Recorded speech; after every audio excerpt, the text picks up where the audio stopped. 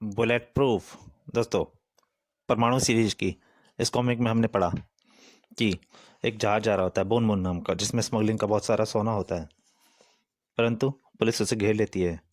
तो जहाज का मालिक बोन बोन उसे डुबाने की कोशिश करता है, परंतु परमाणु पहुंच जाता है और उसे सकुशल डूबने से बचा के किनारे पे ले आता है, जिसकी वजह से बोन बोन को हार्ट अटैक का दौरा पड़ता है। पर तभी उसके पास एक फ़ोन आता है जिसमें नाम लिया जाता है।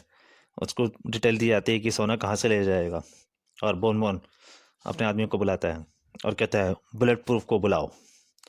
और हमें दिखाया जाता है कि रिंग में बुलेट प्रूफ हो रहा होता है। अब उसके आगे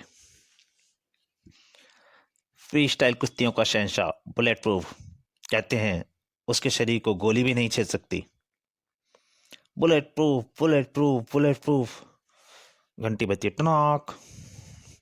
इसी के साथ दर्शकों में उत्तेजना फैल जाती है। Bullet proof, bullet proof, bullet proof. और बुलेट प्रूफ और उसके सामने वाला पहलवान, दोनों की लड़ाई धड़ाक। अब बुलेट प्रूफ से पहलवान को उठा के फेंक देता है। बुलेट प्रूफ से गोली भी टकराने से डरती है। हा हा हा हा। Champion bullet proof. तभी एक आदमी बुलेट प्रूफ को कुछ कागज पकड़ाता है जिस पर लिखा होता है बोन बोन। ओह,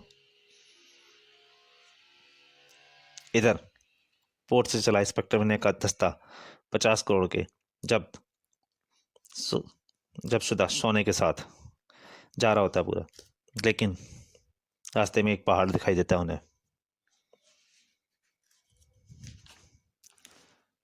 इतनी विशाल व भारी चट्टान यहाँ कैसे पहुंच गई?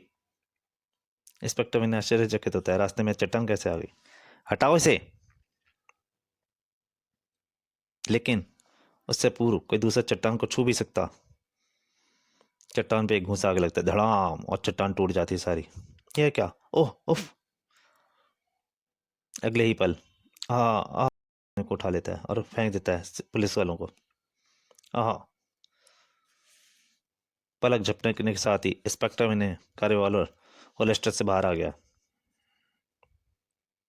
इतनी विशाल चट्टान को केवल मुक्के से एक प्रकार से टुकड़े टुकड़े कर देने वाले इंसान से साई शक्ति के बल पर शायद ना जीत सकूं। इंस्पेक्टर ने तुरंत गोली चला देता है, धाएं। पर बुलेट प्रूफ हंसता रहता है, हा हा हा हा हा हा। सब तरफ से पुलिस वाले घेर लेते हैं। इंस्पेक्टर ने ऑर्डर देता है, फायर। धाएं धाएं धाएं। सबकी गोलियां रोक देती हैं, पर बुलेट प्रूफ को कुछ भी नहीं होता। उसको कुछ भी नहीं होता आदमी को। उठा उठा के फेंकना शुरू कर देता है सबको। आय धूम, आय धूम। सबको उठा उठा के फेंक देता है। इंस्पेक्टर विनय ने एक नाकाम चेष्टा की उसे परास्त करने की, उछल के धाड़, जिसका परिणाम उसे तुरंत भुगतना पड़ा। उसने इंस्पेक्टर विनय को उठा के घुमा के फेंक दिया। असीम शक्ति के मालिक ने बख्तर मैन को उठा लिया और उस पहाड़ पर दे मारा, धड़ाक। वह वैन जैसे इसी पल की प्रतीक्षा कर रही थी। खींच, तुरंत वहां पे एक वैन आकर रुकी। सोना वैन में लाद लो, जल्दी करो। होश में आने वालों में सर्वप्रथम इंस्पेक्टर विनय था। उफ। उछलकर खड़ा होने के पश्चात इंस्पेक्टर विनय वैन के निकट पहुंचा। सोना गायब। तभी टिक टिक एक आवाज हुई। ओहो, प्रोफेसर का मैसेज। और परमाणु प्रोफेसर। इंस्पेक्टर विनय बोन वन शिप के सोने को सुरक्षित नहीं पहुंचा सका। यह काम परमाणु अवश्य कर सकता है। प्रोफेसर नकाबपोश के विषय में बताते चला गया। मुझे कहाँ से शुरू करना होगा प्रोफेसर? उसी नकाबपोश से। उधर फ्री स्टाइल चरमोत्कर्ष पर थी। प्रतिद्वंदी परास्त हुआ। बुलेट प्रूफ ने प्रतिद्वंदी को उठा के फेंक दिया था। इधर रिंग में एक नए प्रतिद्वंदी ने प्रवेश किया। थप। फ्री स्टाइल तुम्हें मुझसे भी लड़नी पड़ेगी बुलेट प्रूफ। आत्महत्या का फैसला करके आया है तो जरूर लड़ूंगा। बुलेट प्रूफ जानते हो वह कौन है? परमाणु। तुम्हें उससे ये कुश्ती स्वीकार नहीं करनी चाहिए थी। बुलेट प्रूफ उसकी चुनौती स्वीकार कर चुका है। तुम वह कैप्सूल दो मुझे। कैप्सूल के रहते मैं पहाड़ से भी टकरा सकता हूँ। फिर वह बड़ी सफाई से कैप्सूल बुलेट प्रूफ के हाथ में हाथ पहुंचा।